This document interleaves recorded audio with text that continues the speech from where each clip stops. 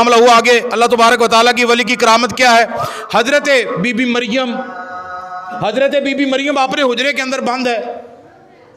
اب لوگ یہاں پر نا اعتراض کرتے ہیں کرامتیں ولیوں کی کچھ نہیں ہوتی، ولی کچھ نہیں ہوتے، یہ کر کچھ نہیں سکتے. اب یہاں پر میں قرآن سے یہ بھی ثابت کروں گا کہ ولیوں کی بارگاہ میں جا کر دعا مانگنا، ولیوں کی بارگاہ میں جا کر دعا مانگنا یہ کہاں سے شروع ہوا؟ پہلے بھی شروع تھا، لیکن قرآن سے ایک دلیل میں دینے لگا ہوں. حضرت بی بی مریم جانتے ہیں نا آپ؟ بولو جی، پتہ ہے نا بی بی مریم کون ہے؟ عیسیٰ علیہ السلام کی ماں. کون ہے؟ عیسیٰ علیہ السلام کی، نبی کی ماں ہے. ام المومنین، نبیوں کی بیویاں، نبیوں کی جو مائیں ہوتی ہیں، امت کی بھی وہ مائیں ہوتی ہیں، ہماری بھی وہ ماں ہے. حضرت بی بی مریم اپنے حجرے کے اندر بند ہے. اب پاس جا کر دعائیں مانگنا، اگر آج تو ہم سنی ہیں نا، چلو وہ کہہ دیں گے جی یہ سنی ہے، یہ کام کرتے ہیں، یہ باب فرید کو ایسے ہی مانتے ہیں، خواجہ صاحب کو ایسے ہی مانتے ہیں، فلاں کو ایسے ہی مانتے ہیں. جب بی بی مریم تھی تب تو فرید نہیں تھا، تب تو داتا علی اجویری نہیں تھے، تب تو حضرت سلطان العارفین نہیں تھے، تب تو سگی شہباز قلندر نہیں تھے. تو اس وقت دعا کیوں پاس جا کے مانگی جا رہی ہے؟ سنیے اللہ کا قرآن. اللہ کا قرآن کہتا ہے کہ بی بی مریم اپنے حجرے کے اندر بند ہے، کمرے کو تالا لگا ہوا ہے، نہ وہ اندر سے کوئی بھی شخص، نہ اندر سے باہر نہ باہر سے اندر، بالکل بند ہے. صرف ایک شخص ان کے پاس جاتا تھا اور دوسرا کوئی نہیں تھا، جس کا نام زکریا تھا، حضرت زکریا علیہ السلام. اور حجرے کے اندر کوئی دوسرا بندہ نہیں جاتا تھا، ایک جانے والا تھا، زکریا علیہ السلام. بڑھاپے میں تھے، ضعیف تھے، وہی ان کی خدمت کرتے تھے، دیکھ بھال ساری وہی کرتے. اللہ کا قرآن کہتا ہے، میں اپنی طرف سے بات نہیں کر رہا، قرآن سے میں یہ دلیل دینے لگا ہوں. ولیوں کے پاس جا کر، اللہ کے بندوں کے پاس جا کر مجھے یہ بتاؤ، حضرت مریم جو ہے عیسیٰ علیہ السلام کی ماں، یہ نبی تو نہیں تھی نا؟ کہ نبی تھی؟ نبی نہیں تھی، ایک ولیہ تھی، اللہ کی مقبول. اللہ تعالیٰ نے اس کو مقام میں ولایت دیا ہوا تھا، ایک نبی کی ماں تھی. اللہ تعالیٰ نے ان کا درجہ لکھ دیا. اب اچھا یہ بھی میں ساتھ بتا دوں، کسی کے ساتھ نسبت ہونے سے بندہ کامیاب نہیں ہوتا، یہ بھی سن لیں. نوح علیہ السلام کا بھی تو بیٹا تھا نا، پتہ ہے نا، آپ نے سنا ہے نا واقعہ، نبی کا بیٹا ہی تھا نا، تو اللہ تعالیٰ نے اسے غرق کر دیا. یہ نہ کوئی سوچے کہ میری اچھے کے ساتھ نسبت ہے تو میں بھی بڑا بن گیا. اپنا جب تک کردار اچھا نہیں ہوگا، جب تک اپنا اعمال اچھا نہیں ہوگا، بندہ کامیاب نہیں ہوگا. یہ نہ سوچے کہ مریم کی نسبت نبی کے ساتھ تھی اس لیے مقام ہے، نہیں. حضرت مریم کا اپنا بھی بڑا کردار ہے، آپ بھی بڑی پکیزہ رہی ہیں، اللہ کی عبادت کی ہے. تو اللہ تعالیٰ کسی اور عورت کے پاس بھی فرشتے کو بھیج سکتا تھا کہ اس کے رحم کے اندر پھونک مارو اور بچہ پیدا ہو جائے. مریم کا انتخاب کیوں کیا نبی پیدا کروانے کے لیے؟ کہ پکیزہ تھی، پاک تھی، نیک تھی. تو ایک پنجابی کی مثال ہے، اکثر بابے دیا کرتے ہیں، آج کل تو آج کے نوجوانوں کو شاید پتہ ہی نہیں ہوگا، بہت سارے گھروں سے یہ معاملہ ختم ہو گیا. جو پہلے عورتیں ہوتی تھیں، ہر گھر کے اندر دہی جمایا جاتا تھا، جاگ جسے کہتے ہیں، دودھ کو جاگ لگایا جاتا تھا، ایسے ہی ہے نا. تو جاگ لگانے کے لیے برتن کا پاک ہونا، ستھرا ہونا، خوشبودار ہونا ضروری تھا، بدبودار والا نہ ہو، دھونے والا نہ ہو، پلیت گندا نہ ہو، ایسے ہی ہے نا. برتن اچھا کیا جاتا ہے نا. اور ہم نے اپنی آنکھوں سے دیکھا، آج کل کے نوجوانوں نے شاید بچوں نے نہ دیکھا ہوگا، کہ پہلے عورتیں جو ہوتی تھی نا، بزرگ عورتیں، وہ اس برتن کو اچھے طریقے سے دھو کے دھوپ میں رکھتی تھی کہ اس کے اندر سے جتنی بھی سمیل مشک وغیرہ ہے نا وہ ختم ہو جائے. ایسے ہی ہے نا؟ بولو یار، میری بات پر تو بولی جاؤ نا. ایسے ہی تھا. تو مجھے یہ بتاؤ، اگر ایک عام عورت عام جانور کا عام برتن کے اندر، عام گھر کے اندر دودھ رکھے اور اسے ذہن کے اندر یہ بات ہو کہ برتن صاف ہونا چاہیے تو پھر دودھ جمے گا، تو جو اللہ تعالیٰ نے اپنے نبی کو بھیجنا ہے اس نے ماں کا کتنا اچھا انتخاب کیا ہوگا. اگر دودھ جمانے کے لیے اچھے برتن کا ہم انتخاب کرتے ہیں تو جو اللہ اپنے نبی کو بھیج رہا ہے، کیا پھر اللہ نے کوئی خاص عورت کا انتخاب نہیں کیا ہوگا؟ ایک خاص عورت پوری دنیا کے اندر اللہ تعالیٰ نے جب فرشتے کو بھیجا نا، فرمایا جاؤ مریم کے پاس. تو جبریل نے ایک آگے سے بات بھی کی تھی جو علماء کرام بیان نہیں کرتے. جبریل نے یہ بھی کہا تھا کہ یا اللہ مریم کے پاس ہی کیوں نہیں، لوگ کہیں گے اس کی شادی نہیں، بچہ کیسے پیدا ہو گیا. یا اللہ تیرے نبی کی عزت پر داغ لگے گا، تیرے نبی کی ماں کی عزت پر داغ لگے گا، لوگ کیا کہیں گے. فرمایا جبریل جو میں خدا جانتا ہوں وہ تو نہیں جانتا، میرے رازوں کو تو نہیں جانتا. یا اللہ کیا ہے؟ فرمایا جانا تیرا کام ہے، آگے اپنی خدائی کو ظاہر کرنا میں خدا کا کام ہے.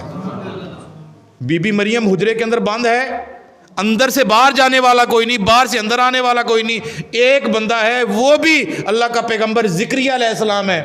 وہ آتے ہیں پاس، روز آتے ہیں، صبح بھی آتے ہیں، دوپہر بھی آتے ہیں، پھر دن بڑھتے گئے، 2 دن کے بعد، 3 دن کے بعد، اللہ کا قرآن کہتا ہے یہاں تک وہ 8 دن کے بعد آئے مریم کے پاس، 8 دن کے بعد آئے، اور آگے پتہ کیا دیکھا؟ حیران ہو گئے کہ باہر سے اندر آنے والا کوئی نہیں ہے، اندر سے باہر جانے والا کوئی نہیں ہے، کمرہ بند ہے، اور ان کے پاس پکے پکائے 7 رنگ کے کھانے، بے موسم پھل، گرمیوں والے پھل سردیوں میں، سردیوں والے پھل گرمیوں میں، یہ کیا ہے؟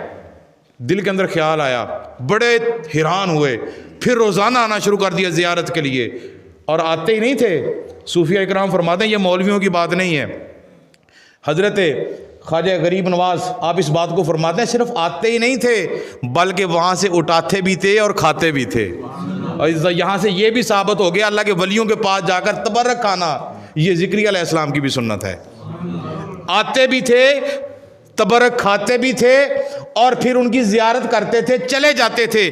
وقت گزرا، ایک دن حضرت زکریا علیہ السلام، آپ کی اولاد نہیں تھی، بڑھاپے میں جا چکے تھے، اولاد نہیں تھی، بیوی بانجھ ہو چکی تھی، بانجھ سے مراد کہ اولاد کے قابل نہیں ہے، ختم ہو گیا سارا معاملہ اولاد والا، بیوی بانجھ ہو چکی ہے، آپ بھی اولاد کے قابل نہیں رہے، دل کے اندر خیال پیدا ہوا، دل کے اندر آرزو اولاد پیدا ہوئی، اولاد کی تمنا پیدا ہوئی، تو پتہ کیا کرتے ہیں؟ یہاں سے کرامت دیکھیں اللہ کے ولی کی، ولی کے پاس جا کر، اللہ کے بندے کے پاس جا کر دعا کرنا قرآن سے ثابت ہے۔ کیسے؟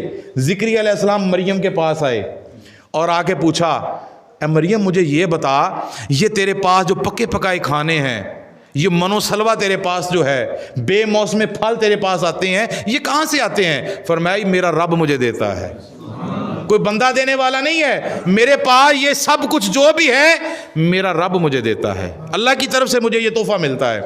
تو حضرت زکریا علیہ السلام کے دل کے اندر جب اولاد کی تمنا پیدا ہوئی نا، تو زکریا علیہ السلام نے، یہ قرآن کے اندر سورۃ آل عمران کے اندر آیت موجود ہے جس کا میں ترجمہ سمجھانے کے لیے آپ کو کرنا چاہتا ہوں۔ یہ آج کا میں نے شروع میں بتا دیا، آج کا میرا جتنا موضوع تھا سارے کا سارا قرآن اور حدیث کے اندر سے تھا، کسی عام بندے کی کوئی بات نہیں ہے اس میں۔ اب آگے اللہ کا قرآن ہے، زکریا علیہ السلام کو اولاد کی تمنا ہوئی، آرزو پیدا کہ میرا بیٹا بھی ہوتا نا، میری اولاد بھی ہوتی تو میں بھی یہ کرتا، میں کبھی اس کے لیے یہ لے کے جاتا، کبھی یہ لے کے جاتا۔ تو پتہ کیا کیا؟ دعا کی، اے اللہ تو بڑا بے نیاز ہے، سبحان اللہ۔ اب اللہ کی بات سن کے نا عاجزی کی بات ہے، اور میں نہیں کہوں گا کہ بلند آواز سے، دل میں ضرور کہیں اللہ تعالیٰ سنتا ہے۔ جب آپ کہو گے نا سبحان اللہ، اس کا مطلب پتہ کیا ہے؟ اللہ پاک ہے۔